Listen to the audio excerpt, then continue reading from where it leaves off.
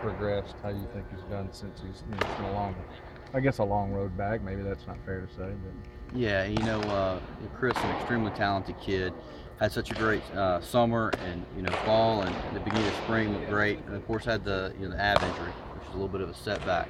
And so with that, anytime you injure your core, it's tough to go through pitching drills, keep a feel, all that kind of stuff. And he's a tremendously talented kid. So of course, as soon as he gets back, we're throwing him right there in the fire.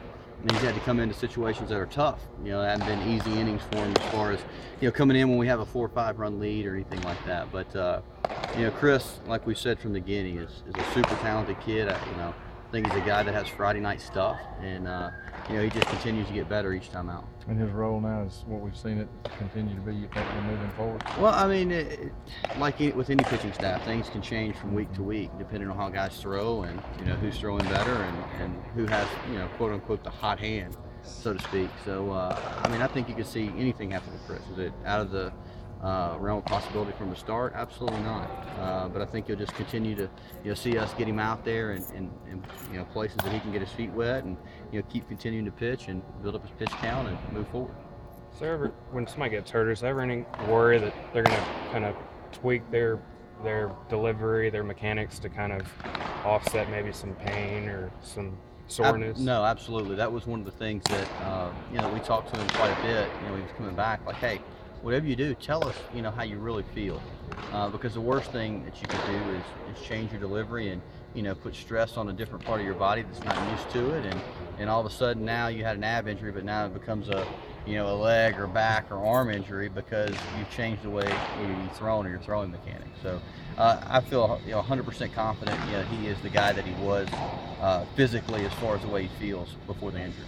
Sam's really been a guy you can depend on in terms of that on Sunday. He's done a tremendous job. A guy that's just a strike thrower. He competes, and couldn't be happier with the way he pitched on Sundays for us. How about the two guys last night, Wagasback and Halton? How did it look last night to you, and how can they help you in the weekend?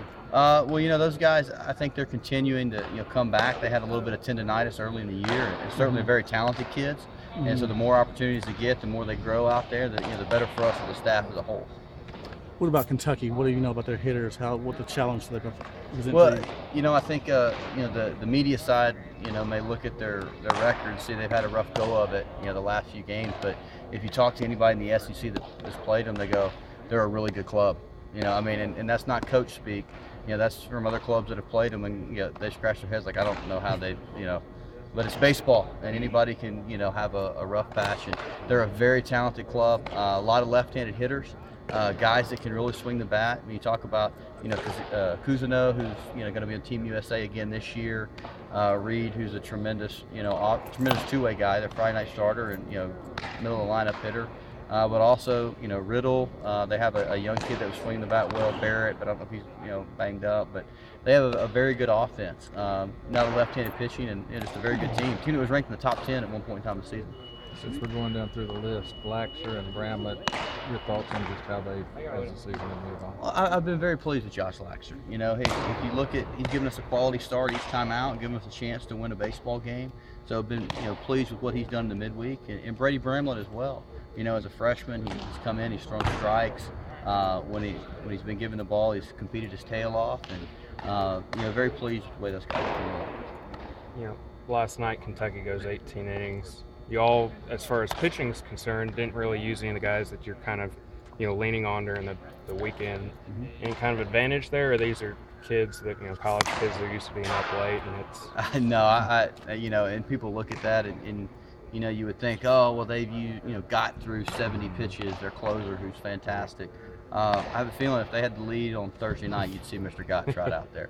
So no, I think that they're going to be just fine. I think of course Coach Henderson does a terrific job with the pitchers over there.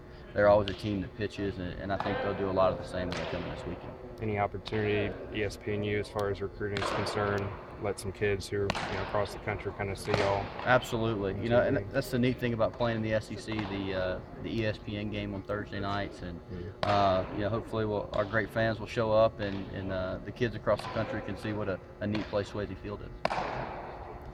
Appreciate it.